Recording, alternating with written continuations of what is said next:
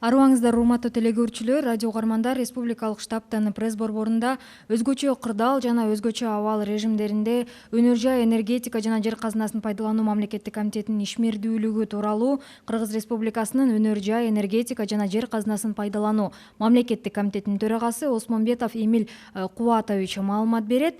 Түз эфирде ЛТР, КТРК, Лото 24, Пирамида, 5 канал, облустук медиа борборлордон, Кабар Кыргыз улуттук маалымат агенттигинен, Эл ФМ, 1 радио, Кыргыз радиосу, Мен Кыял ФМ, Марал ФМ радиолорунан, ЛТРдин YouTube каналынан, Фейсбуктан Кыргыз өкмөтү, Социальное правительство, МТРК ЛТР жана 1 радионун баракчаларынан көрүп уга аласыздар.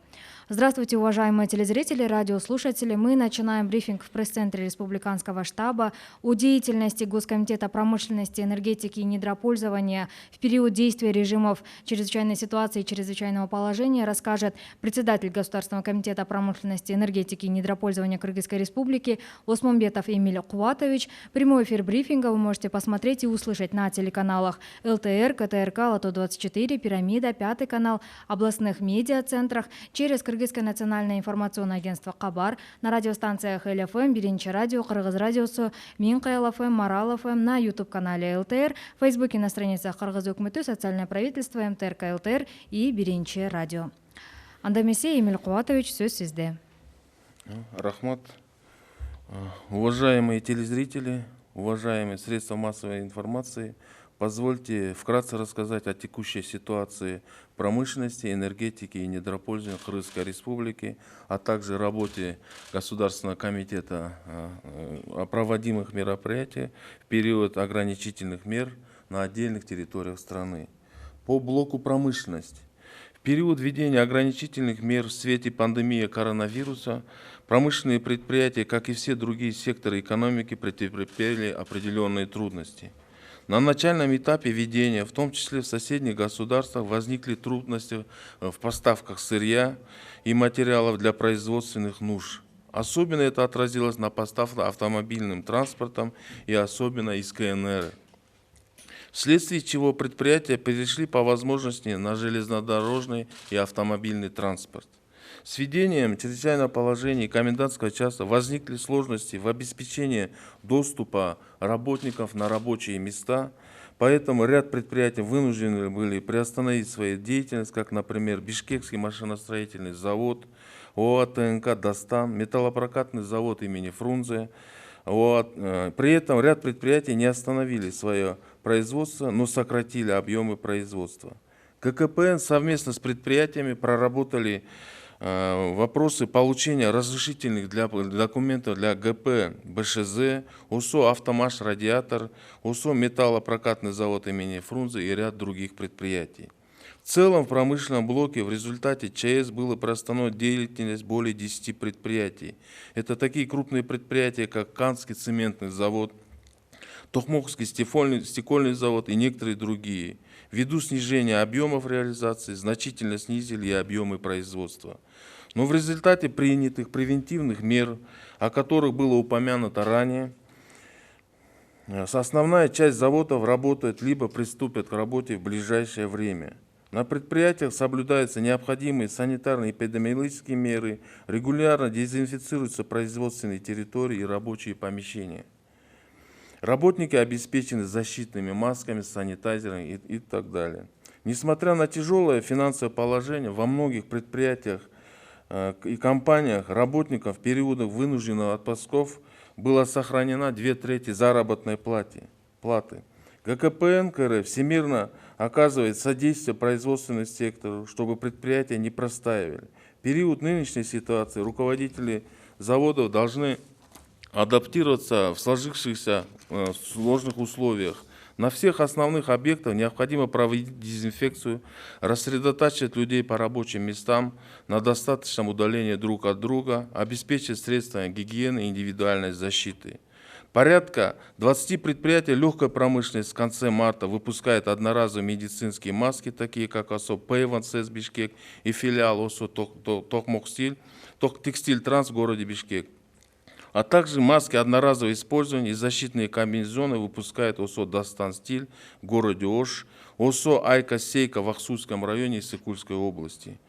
и другие индивидуальные предприятия по регионам республики. ОСО «Пейванд» и филиал ОСО «Текстиль Транс» произвели более 15 миллионов штук одноразовых медицинских масок, и в настоящее время нет дефицита, как это было в конце марта и начале апреля текущего года.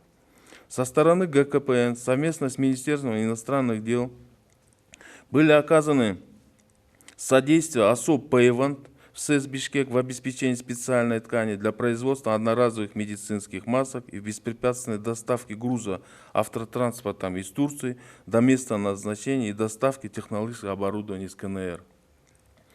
Оказано содействие ОСО «Текстиль Транс» в оперативной доставке оборудования для производства одноразовых масок из Турции, а также другим промышленным предприятиям в получении пропусков в город Бишкек для перемещения их автотранспорта по городу. Госкомитетом совместно с ассоциацией Лехпром в конце апреля проработаны с промышленными предприятиями, у кого есть наличие сырья и контракта на подставку готовой продукции, в том числе на экспорт, составлен перечень промышленных предприятий для их запуска в приоритетном порядке. На настоящее время более 25 предприятий легкой промышленности получили пропуска и с 1 марта текущего года возобновили производство с соблюдением всех санитарно-гигиенических требований на предприятии. По отрасли энергетика Государственный комитет промышленности, энергетики и недропользования Кыргызской Республики совместно с ОАО «Национальная энергетическая холдинговая компания» и энергетическими компаниями держат на контроле бесперебойное электроснабжение и снабжение горячей водой населения, отраслей экономики и объектов республики в период режима чрезвычайной ситуации и чрезвычайного положения. В регионах республики санитарно-карантинные посты обеспечены электроэнергией. Кроме этого, дано поручение энергокомпаниям о неотключении электроэнергии и горячей воды ввиду наличия задолженности у абонентов. Исходя из конкретной обстановки и специфики работы, оставлено необходимое количество людей для работы непосредственно, а остальные переведены на дистанционную работу. Персонал энергетиков, работа которых непосредственно связана с возможными контактами с населением, а также в зонах повышенного риска, максимально обеспечены средствами защиты. Ежедневно по регионам республики в сетях электроэнергии происходят аварийные отключения. Оперативно-ремонтные и оперативно-выездные бригады в любое время суток выезжают на место аварийных повреждений в энергетических сетях и устраняют их. Взаимодействие с другими хозяйственными субъектами энергосистемы, Объединенной энергетической системы Центральной Азии по бесперебойному электроснабжению пограничных районов Кыргызской Республики обеспечивается в установленном порядке. Кроме того, в настоящее время продолжается реализация 13 инфраструктурных проектов в топливно-энергетической сфере в рамках программы государственных инвестиций.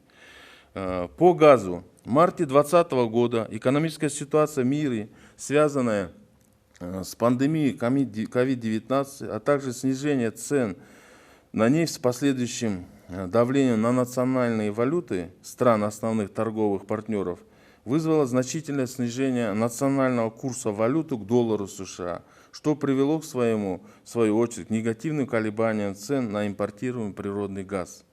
Принимая во внимание социальную и экономическую значимость данного вопроса, Государственным комитетом промышленности, энергетики и недропользования Кыргызской Республики совместно с Государственным агентством по регулированию топливно-энергетического комплекса при правительстве Кыргызской Республики провели переговоры с ОСО «Газпром Кыргызстан», где достигнуто следующее.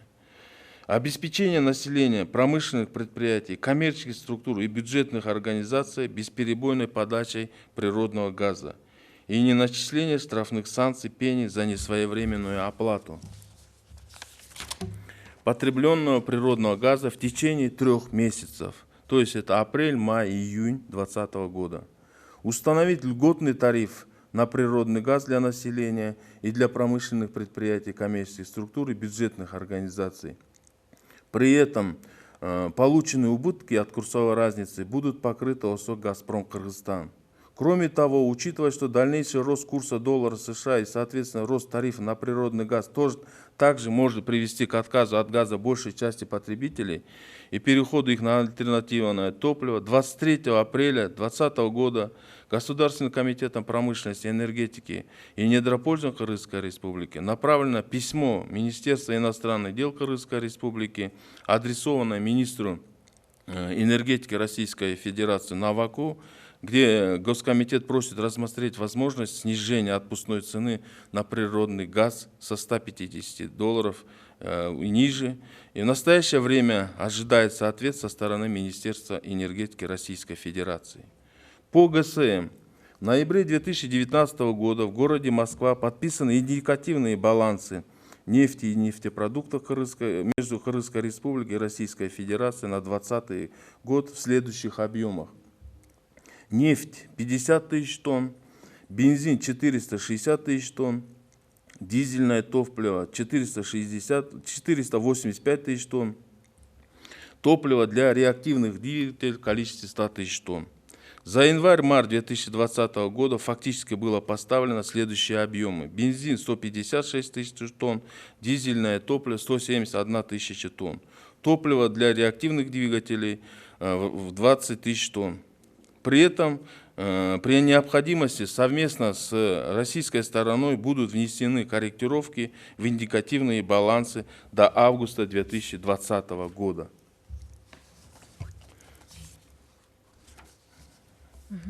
Рахмат, Эмиль Кубатович, мүмкүн болсо мамлекеттик тилде маалымат алсак. Урматтуу кыргызстандыктар, мен Кыргыз Республикасынын өнөр жай, энергетика жана жер казынасын пайдаланууга учурдагы кырдаал, ошондой эле электр энергетика боюнча мамлекеттик комитеттин иши жана өлкөнүн айрым аймактарында өзгөчө кырдаал учурунда көрүлгөн чаралар жөнүндө кыскача айтып берейин. Өнөр жай. Коронавирус пандемиясынын алкагында чектөөчү чараларды киргизүү учурунда өнөр жай ишканалары экономиканын башка тармактары сыяктуу эле белгилүү бир кыйынчылыктарга туш болушту. Коншу мамлекеттердеги кырдаалдын баштапкы этабында өндүрүш муктаждыктары үчүн чийки зат жана материалды жеткирүүдө кыйынчылыктар келип чыкты. Бул өзгөчө автоунаа менен Кытайдан жеткирилген материалдарда байкалды. Натыйжада ишканалар мүмкүн болушунча темир жол менен иштешти. Өзгөчө кырдаал жана коменданттык саат киргизилгенден кийин жумушчуларга жумуш ордуна жеткирүү кыйынчылыктары жаралды. Ошондуктан бир катар ишканал өз ишин токтото турууга аргасыз болушкан. Мисалы, БШЗ, ТНК Дастан, Фрунзе атындагы металл прокат фабрикасы жана башка өндүрүштөр. Комитет ишканал менен биргиликте комендатуралардан уруксатын алууга көмөк көрсөттү. Жалпысынан өзгөчө кырдаал абалында 10дон ашык ири ишкана токтоп калган. Кант цемент заводу, токмок айнек заводу жана башкалар сыяктуу ири өндүрүштүк объектилер сатуунун көлөмүнүн төмөндөшүнө байланыштуу өндүрүш көлөмүн олутуу кыскартышкан. Бирок буга чейин айтылган профилактика чаралардын натыйжасында көпчүлүгү иштеп жатат же жакынкы аралашта иштей баштайт. Ишканалар керектүү санитардык эпидемиялык иш-чараларды аткарышат, өндүрүш аянтын жана жумушчу жайларды үзгүлтүсүз дезинфекцияланышат, жумушчулар коргоочу бет каптар, санитардык тазалоочу заттар жана башка менен камсыз болушат. Апрелдин аянтында биздин комитет Лехпром ассоциация менен биргеликте өнөр жай ишканалары менен иштешип, даяр продукцияны анын ичинде экспортко жеткирүү боюнча келишимдерди бар ишканалардын тизмесин түздү. Бул тизме Бишкек шаарынын комендантында жумушчуларды ташуу үчүн унаалар уруксат берүү үчүн берилген. Учурда үстүбүздө жылдын 1-майына тартына 25тен ашык жеңил өнөр жай ишканалары бардык санитар гигиена талаптарын сактоо менен ишин улантты. Энергетика. Кыргыз Республикасынын өнөр жай, энергетика жана жер казынасын пайдалануу боюнча мамлекеттик комитети, улуттук энергия холдинг компаниясы жана энергетикалык компаниялардын тармактарын жана республика объекттерин электр энергиясы менен ысык суу менен үзгүлтүсүз камсыз кылууда. Республикасынын аймактарында санитардык карантин посттору электр энергия менен камсыздалган. Мындан тышкары энергетикалык компанияларга абоненттердин карыздары бар болгондуктан электр жана ысык сууну өчүрбөө боюнча көрсөтмө берилди. Күн сайын республиканын аймактарында электр тармактарында өчүрүүлөргө мониторинг жүргүзүлөт. Ыкчам оңдоо жана ыкчам эксплуатациялык бригадалар күн сайын авариялык жумуштарды аткарышат. Мындан тышкары мамлекеттик инвестициялар программасынын алкагында отун энергетика тармагында 13 инфраструктуралык долбоор ишке ашырууда.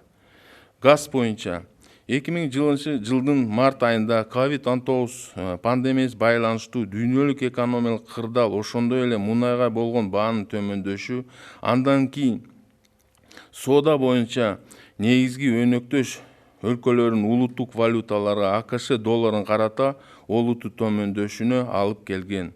Бул өз кезегинде импорттолуучу табигый газга баасы өстү.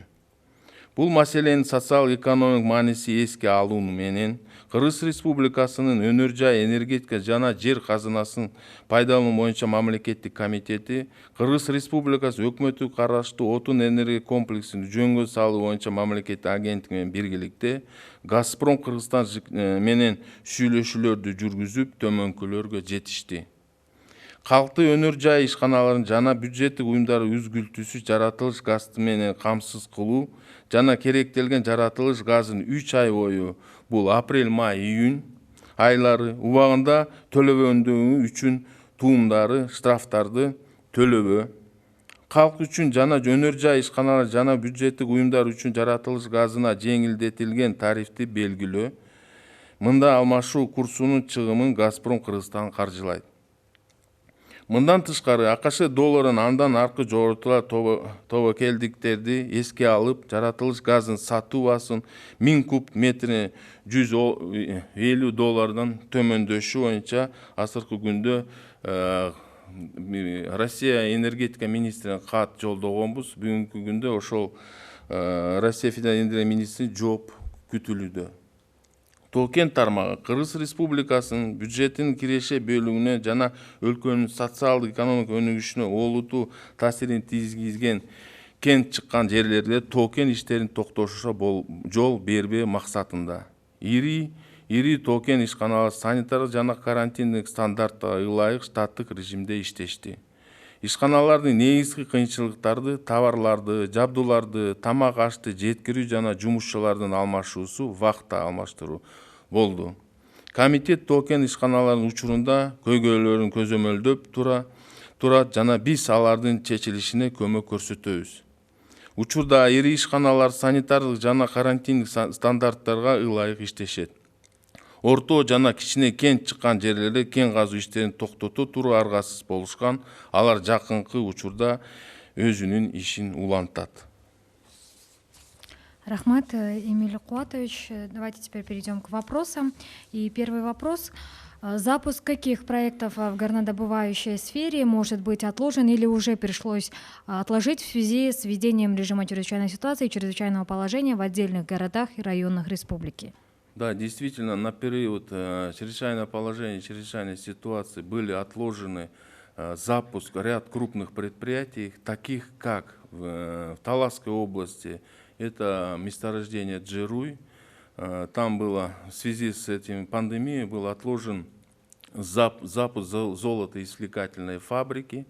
Далее в Джалабадской области была отложена закладка капсулы под ЗИФ и объектов инфраструктуры на месторождение Терек, Терекан и Перевальная. Также в Джалабадской области это реконструкция ЗИФ и объектов инфраструктуры на месторождении Махмал.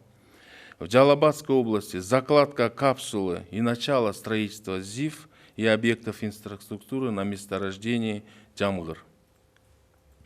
Спасибо. Следующий вопрос. Ранее была озвучена информация, что в Джалабадской и Ошской областях приостановлена работа 3 горнодобывающих предприятий. С чем это связано? Возможно ли решить вопрос с возобновлением их деятельности? И как отразится этот простой в целом на экономических показателях? Действительно, на период пандемии были приостановлена деятельность 3 очень крупных предприятий. Это золотодобывающая отрасль. В частности, это ОСО Кичичарат, месторождение Хурутегерек, Джалабадская область, Чаткальский район, ОСО Гиккайди, месторождение Караказык Орской области, это Чоңалайский район. И третье месторождение это Full Gold Mining, месторождение Иштамберди, Джалабадская область, Алабукинский район. Они были остановлены в связи с тем, что на зимние каникулы руководство китайских компаний и специалисты выехали из страны на празднование Нового года. И после пандемии уже не могли въехать. Но сегодня мы этот вопрос уже работаем с Министерством иностранных дел и Государственной пограничной службой. Определен список в количестве 144 человек особо ценных специалистов, которые будут после обсервации и всех мер санитарно-эпидемических требований приступят к работе, и мы планируем это в течение июня месяца эти проекты реализовать. Но что касается выпадений по бюджету, действительно это скажется на бюджете, но несмотря на это мы не остановили и планируем ввод новых предприятий по данной отрасли. Спасибо. Какие промышленные предприятия начали снова работать в рамках первого этапа возобновления экономической активности с мая 2020 года? С мая 2000, как я уже выше сказал, это более 25 предприятий легкой промышленности. Такие предприятия, как Данур-Юг, это кирпичный завод, Шорбулакский кирпичный завод, ОСО «Сталкер», это светодиодное производство, АО «НУР», изготовление электрических соединителей, это ТНК, «Дастан». И планируем в ближайшее время завод «Айнур» запустить, это изготовление изделий, электрических соединителей, разъемов и трансформаторов.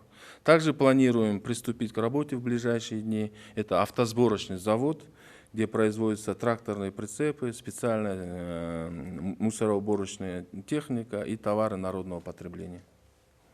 Спасибо. Расскажите о деятельности нефтеперерабатывающих заводов Кыргызстана в условиях чрезвычайного положения.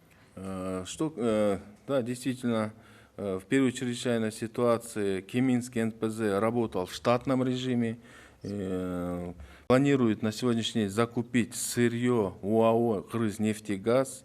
ОСО «Кыргызпетролиум», являясь дочерним предприятием «Кыргызнефтегаза», работает в штатном режиме и получает сырье у «Кыргызнефтегаза».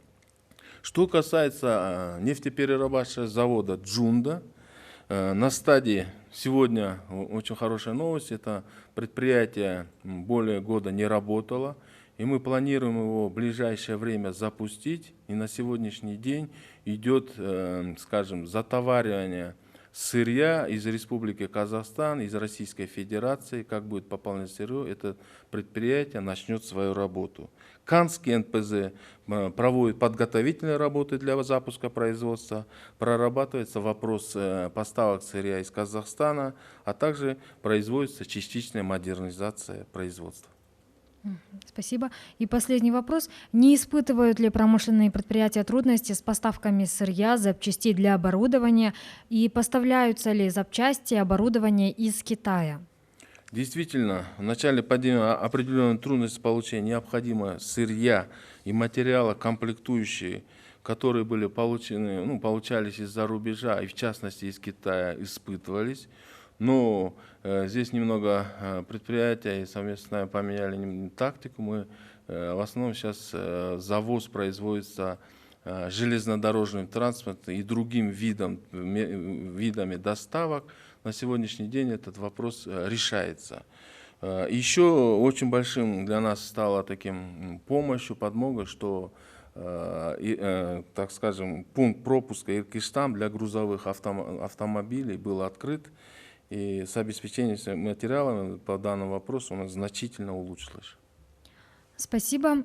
Уважаемые телезрители, радиослушатели, на этом мы завершаем брифинг в пресс-центре Республиканского штаба. Вас проинформировал председатель Государственного комитета промышленности, энергетики и недропользования Кыргызской Республики Осмонбетов Эмиль Кубатович. Прямой эфир брифинга вы могли посмотреть и услышать на телеканалах ЛТР, КТРК, Алату-24, Пирамида, 5 канал в областных медиацентрах, через Кыргызское национальное информационное агентство Кабар, на радиостанциях ЛФМ, Биринчи радио, Кыргыз радиосы, Минка ЛФМ, Марал ФМ, на YouTube-канале ЛТР, в Фейсбуке, на страницах Кыргыз Өкмөтү, социальное правительство, МТРК ЛТР и Биринчи радио. Спасибо за внимание.